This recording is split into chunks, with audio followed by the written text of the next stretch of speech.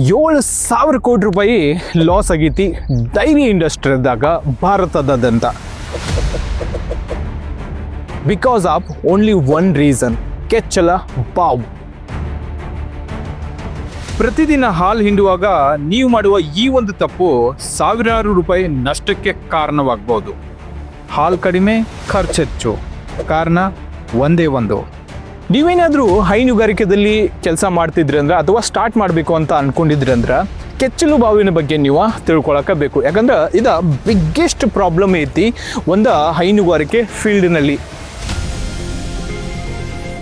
ಕೆಚ್ಚಲು ಬಾವಿನ ಲಕ್ಷಣಗಳೇನಿದ್ದವು, ಯಾಕಂದ್ರೆ ಕೆಚ್ಚಲು ಬಾವ ಕಾಣಿಸ್ತೈತಲ್ಲ ಅದು ಆಲ್ರೆಡಿ ಆಗಿ ಹೋಗಿದ್ಮೇಲೆ ನಿಮಗೆ ಕಾಣಿಸ್ತೈತಿ. ಬಟ್ ಸಬ್ ಕ್ಲಿನಿಕಲ್ ಮ್ಯಾಸ್ಟಿಟಿಸ್ ಅಂತ ಕರಿತೀವಿ, ಅಂದ್ರೆ ಕಾಣದೇ ಇರುವಂಥ ಕೆಚ್ಚಲು ಬಾವು ಬರುತ್ತೆ.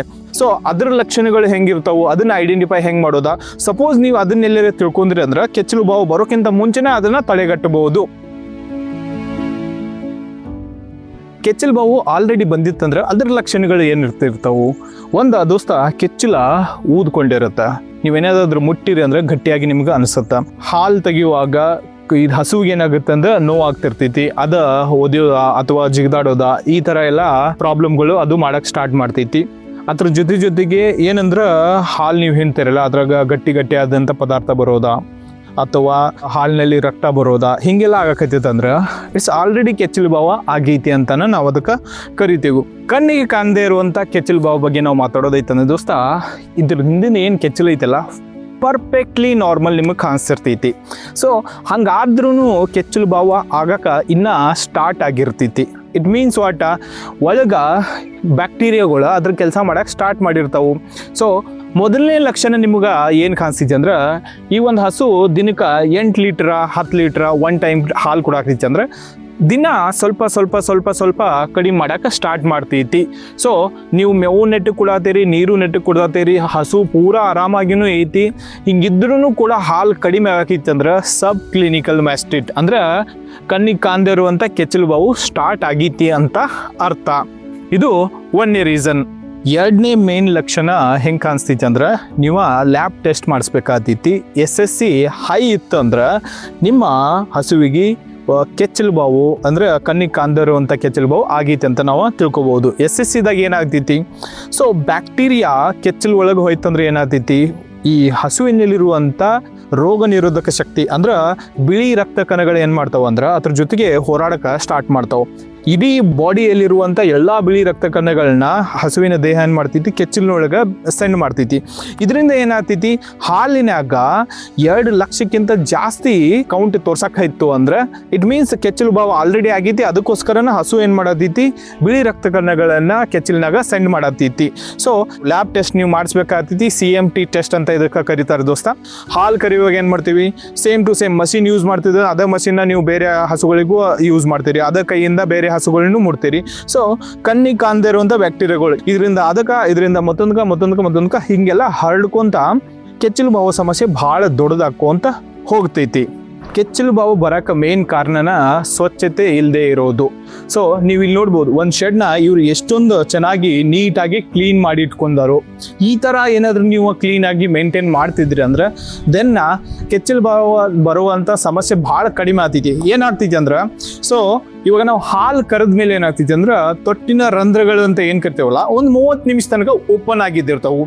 ಆ ಟೈಮ್ದಾಗ ಹಸು ಎಲ್ಲರೂ ತೆಳಕ್ಕೆ ಹೋಯ್ತು, ಇಲ್ಲೇ ಅದ ಸಗಣಿ ಹಾಕ್ತೈತಿ, ಗಂಜಲ ಹೋಯ್ತೈತಿ. ಸೊ ಇದರಿಂದ ಬ್ಯಾಕ್ಟೀರಿಯಾಗಳು ಕ್ರಿಯೇಟ್ ಆಗ್ತಾವೆ.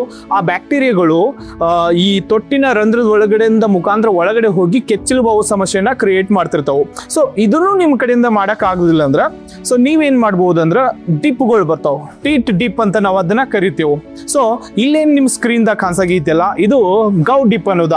ಸೊ ಇದನ್ನ ನೀವು ಹಾಲು ಕರೆಯೋಕೆ ಮುಂಚೆ, ಹಾಲು ಕರೆಯೋ ಆದ್ಮೇಲೆ ನೀವು ಒಂದು ಸತಿ ನೀವು ಎಲ್ಲಾ ತೊಟ್ಟುಗಳನ್ನ ಅದರಲ್ಲಿ ಎದ್ದಿರಿ ಅಂದ್ರೆ ಇದರಿಂದ ಏನಾಗ್ತೈತಿ, ಆ ರಂಧ್ರಗಳು ಏನು ಓಪನ್ ಆಗಿರ್ತಾವಲ್ಲ ಅದನ್ನ ಸಡನ್ ಆಗಿ ಬ್ಲಾಕ್ ಮಾಡ್ತೈತಿ.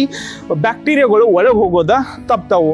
ಇದರಿಂದ ಕೆಚ್ಚಲು ಬಾವು ಸಮಸ್ಯೆನ ನಾವು ತಡಿಬಹುದು. ಬಟ್ ಈ ಗೌ ಡಿಪ್ ನಾವು ಎಷ್ಟು ಸತಿ ಯೂಸ್ ಮಾಡಬೇಕು, ಡೈಲಿ ಯೂಸ್ ಮಾಡ್ಬೇಕು ದೋಸ್ತ. ಏನಕ್ಕಂದ್ರೆ ನೀವು ಡೈಲಿ ಹಾಲು ತೆಗಿದ್ರಂದ್ರೆ ಡೈಲಿ ರಂಧ್ರಗಳು ಓಪನ್ ಆಗ್ತಾವೆ. ಡೈಲಿ ರಂಧ್ರಗಳು ಓಪನ್ ಆಗ್ತಿದ್ದಾವೆ ಅಂದ್ರೆ ಡೈಲಿ ಗೌ ಡಿಪ್ನ ನೀವು ಯೂಸ್ ಮಾಡಲೇಬೇಕಾಗ್ತೈತಿ. ವಿಡಿಯೋ ಸ್ಟಾರ್ಟಿಂಗಲ್ಲಿ ಒಂದು ಮಾತು ನಿಮ್ಗೆ ಕೇಳಿದೆ, 7,000 ಕೋಟಿ ಲಾಸ್ ಆಯಿತು ಡೈರಿ ಫಾರ್ಮಿಂಗಲ್ಲಿ ಅಂತ. ಹೆಂಗೆ ಅನ್ನೋದನ್ನ ನಾನು ನಿಮ್ಗೆ ಸಿಂಪಲ್ ಆಗಿ ಹೇಳ್ತೀನಿ. ಒಂದು ಸರ್ತಿ ಕೆಚ್ಚಲು ಬಾವು ಬಂತು ಅಂದರೆ ಫಸ್ಟ್ ಸರ್ತಿ ಸಾಮಾನ್ಯವಾಗಿರುತ್ತೆ, ಆ್ಯಂಟಿಬಯೋಟಿಕ್ಸು, ಡಾಕ್ಟರ್ ಖರ್ಚು ಅದು ಇದು ಎಲ್ಲ ಹಿಡಿದು 1,200 3 ಸಾವಿರ ಖರ್ಚು ಬರ್ಬೋದು. ಅದೇ 2ನೇ ಸರ್ತಿ ಕೆಚ್ಚಲು ಬಾವು ಬಂದರೆ ಆವಾಗ ಒಂದು ಸ್ವಲ್ಪ ಜಾಸ್ತಿ ಆಗಿರ್ತವೆ. ಡಾಕ್ಟರ್ ಖರ್ಚು ಜೊತೆಗೆ ಹಾಲನ್ನು ಕೂಡ ಹಾಲಿನ ಡೈರಿಯಲ್ಲಿ ರಿಜೆಕ್ಟ್ ಮಾಡ್ತಾರೆ. ಆವಾಗ ಏನಾಗುತ್ತೆ ಅಂದರೆ 7,000 8 ಸಾವಿರ ಖರ್ಚು ಬರ್ಬೋದು. 3ನೇ ಸರ್ತಿ ಕೆಚ್ಚಲು ಬಾವು ಬಂದರೆ ಮೇಜರ್ಲಿ ಚಾನ್ಸಸ್ ಇರುತ್ತೆ ಏನಂದರೆ ತೊಟ್ಟು ಬ್ಲಾಕ್ ಆಗ್ಬೋದು. ಸಪೋಸ್ ಏನಾದರೂ ಆ ಥರ ಆಯಿತು ಅಂದರೆ ಫುಲ್ ಹಸುನೇ ನಿಮ್ಮ ಹತ್ರ ಲಾಸ್ ಆಗುವಂಥ ಚಾನ್ಸಸ್ ಇರುತ್ತೆ. ಆ ಥರ ಕೇಸ್ಗಳು ಬಹಳಷ್ಟು ಉದಾಹರಣೆಗಳು ನಿಮ್ಮ ಮುಂದೆ ಸಿಗ್ಬೋದು. ಇದನ್ನೆಲ್ಲ ನಾವು ಕನ್ಸಿಡರೇಷನ್ ತಗೊಂಡ್ರೆ ವರ್ಷದಲ್ಲಿ ಭಾರತದಾದ್ಯಂತ ಒಂದು 6ರಿಂದ 7 ಸಾವಿರ ಕೋಟಿ ರೂಪಾಯಿಯಷ್ಟು ಲಾಸ್ ಆಗಿದೆ ಹೈನುಗಾರರಿಗೆ. ಹೈನುಗಾರಿಕೆ ಅನ್ನೋದು ಉದ್ಯಮದ ಜೊತೆಗೆ ಜವಾಬ್ದಾರಿ ಕೂಡ ಆಗಿರುತ್ತೆ. ಸ್ವಚ್ಛವಾದ ಎನ್ವೈರ್ಮೆಂಟ್ನ ನೀವೇನಾದರೂ ಈ ಹಸುಗಳಿಗೆ ಕ್ರಿಯೇಟ್ ಮಾಡಿದರೆ ಲಾಸ್ ಕೂಡ ಕಡಿಮೆ ಆಗುತ್ತೆ, ಜೊತೆಗೆ ನಿಮ್ಮ ಹೈನುಗಾರಿಕೆಯಲ್ಲಿ ಲಾಭ ಕೂಡ ಜಾಸ್ತಿ ಆಗುತ್ತೆ. ಇದೇ ಥರದ ವಿಡಿಯೋಗಳನ್ನ ನೀವೇನಾದರೂ ನೋಡಬೇಕಂದ್ರೆ ನಮ್ಮ ಚಾನೆಲ್ನ ಡೆಫಿನೆಟ್ಲಿ ನೀವು ಫಾಲೋ ಮಾಡ್ಕೊಳ್ಳಿ.